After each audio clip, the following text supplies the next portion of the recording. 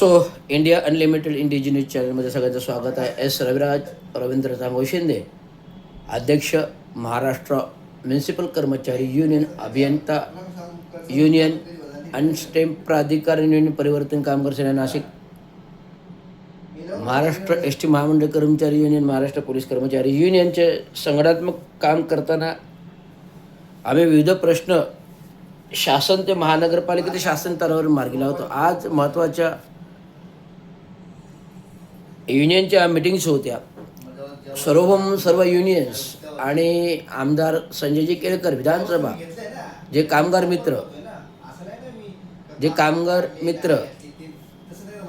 मित्र विधानसभा आमदार संजय केळकर हे कामगार मित्र म्हणून सर्व संघटनांना, युनियन कर्मचाऱ्यांना मदत करतात. विविध अडीअडचणी प्रश्न, शासन लेवल प्रश्न, महानगरपालिका स्तरावरचे प्रश्न ते शासन लेवलमधले मुद्दे ते महानगरपालिकांच्या अधिकाऱ्यांसमोरचे मुद्दे. आज त्याचीच बैठक अतिरिक्त आयुक्त 2, उपायुक्त गोदापुरी, अतिक्रमण लिपिक, घनकचरा विभाग, इलेक्ट्रिक विभाग, पाणी खाते असे विविध स्तरावरचे खात्याच्या अधिकाऱ्यांसोबत कर्मचाऱ्यांच्या, कॉन्ट्रॅक्ट कर्मचाऱ्यांच्या युनियनबाबत बैठका होत्या. आणि या बैठकीमध्ये सर्व विशद मुद्दे, कॉन्ट्रॅक्ट कर्मचाऱ्यांचे फंड, ग्रॅज्युटी हे ठेकेदार लोक घेऊन पळतात, तर ह्याच्यावर उपाययोजना काय करायचं. काही ठेकेदार वेतन घेऊन फरार झालेले आहेत आणि काही कर्मचारी त्यामुळे या वेतनापासून वंचित आहेत. तर महत्त्वाचा भाग म्हणजे प्रथमतः जे कर्मचारी 20 वर्षे, 25 वर्षे, 28 वर्षे झाले त्यांना कॉन्ट्रॅक्ट कर्मचारी म्हणून ते काम करतात, ठेकेदार कर्वे, महानगरपालिकेचे कॉन्ट्रॅक्ट कर्मचारी नाहीत, तर महानगरपालिका घनकचरा विभाग, पाणी विभाग, इलेक्ट्रिक विभाग, आरोग्य विभाग या विविध खात्यांमार्फत, हॉस्पिटल्स, आरोग्य म्हणजे हॉस्पिटल, या विविध खात्यांमार्फत ठेकेदारांचे कॉन्ट्रॅक्ट कर्मचारी म्हणून काम करतात. त्यामुळे शासन सेवा नियमावली, शासन कायदे यानुसार, शासन सेवा नियमावली, शासन कायदे या नियमावलीनुसार कॉन्ट्रॅक्ट ठेकेदारांना टेंडर नियमानुसार ज्या अटी शर्ती घालून दिलेल्या आहेत त्या अटी शर्तीनुसार, मग तो रॉयल्टीचा प्रश्न असो, मग तो फंडाचा प्रश्न असो, तो ग्रॅज्युटीचा प्रश्न असो, हे सर्व वेतनं हे त्या ठेकेदाराच्या बिलातून देयक महानगरपालिका पूर्तता करते, पण ठेकेदार ते सर्वच्या सर्व रक्कम घेऊन पसार होतो आणि कर्मचाऱ्या बिचारा आमचा लाचार राहतो, बघत राहतो. ही अवस्था आहे धुरंधर. परंतु याच्यावर महानगरपालिकेच्या कुठल्याच प्रशासनातील अधिकाऱ्यांचा वचक नाही. इव्हन तो आयुक्त असतील, इव्हन तो अतिरिक्त आयुक्त 2 असतील, इव्हन तो उपायुक्त असतील, घनकचरा व्यवस्थापनाचे उपायुक्त असतील, आरोग्य अधिकारी असतील, वैद्यकीय आरोग्य अधिकारी असतील, विद्युत विभागाचे आयुक्त असतील किंवा अभियंता असतील, या सर्व अधिकाऱ्यांच्या समोर अशी सक्षमता नाही आहे की ते ठेकेदाराला अडकवू शकतील, थांबवू शकतील. As per tender clauses and tender laws, the corporation should liable to do the blacklisted actions against the contractor, but our officers from Ghanakachra, electrical, water department, they should not doing that actions because of the funding that should be came from bill payment, that should not be immediately released, but our officers they are immediately released because of percentage benefit of DAO, percentage benefit of our officers, due to why they are releasing the payment to the contractor, and that contractor are taking whole payment and not even any single money to our contract worker. That's the main point. हा महत्वाचा मुद्दा आहे. आपण महानगरपालिकातील अधिकारी जर भ्रष्ट काम करत असेल, ठेकेदारांकडून येणारा मलिदा मिळत असेल, तर ते ठेकेदाराची पेमेंट रिलीज करतात.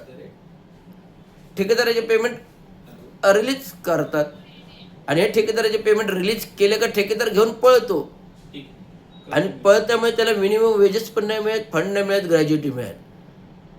आता मीटिंग पुढे विविध तक्ते, रेकॉर्ड, पेपर्स तपासले असता एवढी ग्रॅज्युटी 50,000 ते 5 लाख ते 1 करोड एका कर्मचाऱ्याची तरतूद आहे महानगरपालिकेच्या. ती तेवढी बिलावतून दिली जाते.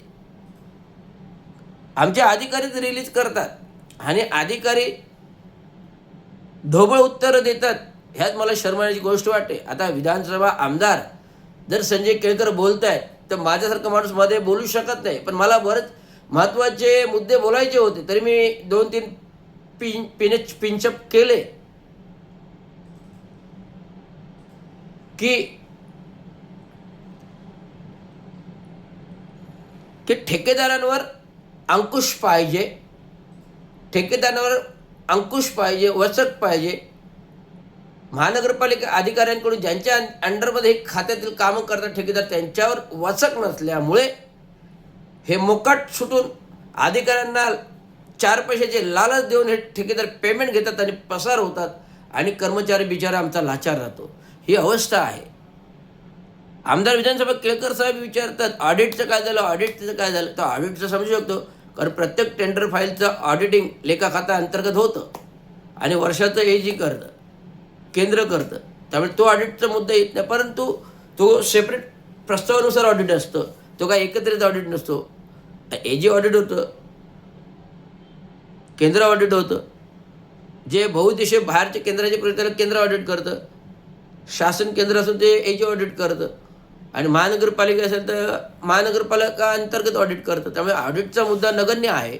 परंतु मुख्य मुद्दा आहे की ठेकेदाराचे पेमेंट, ग्रॅज्युटी देणं हा मुद्दा आहे. ज्याप्रमाणे आपण ठाणे महानगरपालिका कलेक्टरला रॉयल्टी वसूल करून देते बिलातून कपात करून, तर ठाणे महानगरपालिका कुठलंही शासकीय कार्यालय, नगरपालिका असेल, महानगरपालिका कुठलंही महाराष्ट्र ऑलवर, जर ते जिल्हा कलेक्टरला आपल्याला रॉयल्टी द्यावी लागते एखाद्या प्रोजेक्टची, ते बिलातून आपण कपात करतो. बिलातून कपात करून ते रॉयल्टी जिल्हा कलेक्टरला भरतो. मग त्याप्रकारे महानगरपालिकेतल्या ठेकेदारांची जे कॉन्ट्रॅक्ट करण्यात देयक रक्कम आहे ती बिलातून कपात करावी आणि ते ठाणे महानगरपालिकेच्या खात्यात जमा करावी आणि खात्यात केलेली जमा रक्कम ठाणे महानगरपालिकेने त्या कर्मचाऱ्यांना वाटावी, हा त्याचा तोडगा आहे. परंतु असा तोडगा कोणीतरी कुठल्याच अधिकाऱ्यांनी सांगितलं नाही किंवा प्रशासनाचे अधिकारी रोडे साहेबांनी पण सांगितलं नाही. विधानसभा आमदारांशीच बोलणार का तुम्ही? एक अनुभवी अधिकारी आहे, युनियनचे अध्यक्ष आहेत, ते काय विशेष सल्ला देतात? हे बघा, ठाणे महानगरपालिका प्रशासन जे आहे हे राजकीय नेत्यांशी बांधलेलं आहेत आणि केवळ आमदार, मंत्री हे आले की त्यांना ते उत्तर देतात. परंतु एखाद्या संघटनात्मक रजिस्टर्ड अधिकृत संघटनेने जर प्रश्न विचारले तर त्याला ते उत्तर देत नाहीत. एकाही पत्राला उत्तर देत. 30 मुद्द्यांचे 60 पत्र आहेत, अजून एकही उत्तर नाही. मी आता 15 ऑगस्टला अर्धनग्न उपोषण करतोय. जे 3/6/2026ला मी अर्धनग्न उपोषण केलं होतं ते म्हणाले आम्ही उत्तर देतो, पण एकही पत्राचं उत्तर नाही. परंतु आमदार आल्यावर मात्र पटापट पटापट पटापट पटापट पटापट उत्तरं येतात. मी आता सुद्धा रोडे साहेबांना समोर 15 ऑगस्टला साहेब माझं उपोषण आहे, मला उत्तरं नाही आलेत. गोदापुरेंनी बोलले परिपत्रक काढतो, अजून काढलेले नाही. 15 तारखेला तुम्ही करणार नाहीत का? मग करणार ना. 15 तारखेला माझं ठरलेलं आहे. तुम्हाला इशारा आहे, सांगतोय. रवींद्र शिंदे केल्याशिवाय हटत नाही आणि घेतल्याशिवाय राहत नाही. मी आमदार नाही ते हळूहळू फक्त कागदावरच बोलणार आणि कागदावरच करणार. प्रत्यक्ष कृती करून घेणारा माणूस आहे एकमेव रवींद्र शिंदे आहे. म्हणा इशारा आहे. 15 ऑगस्ट सकाळी 7 वाजता अर्धनग्न उपोषण ठाणे महानगरपालिका भवन झेंडावंदनेच्या दिवशी. धन्यवाद.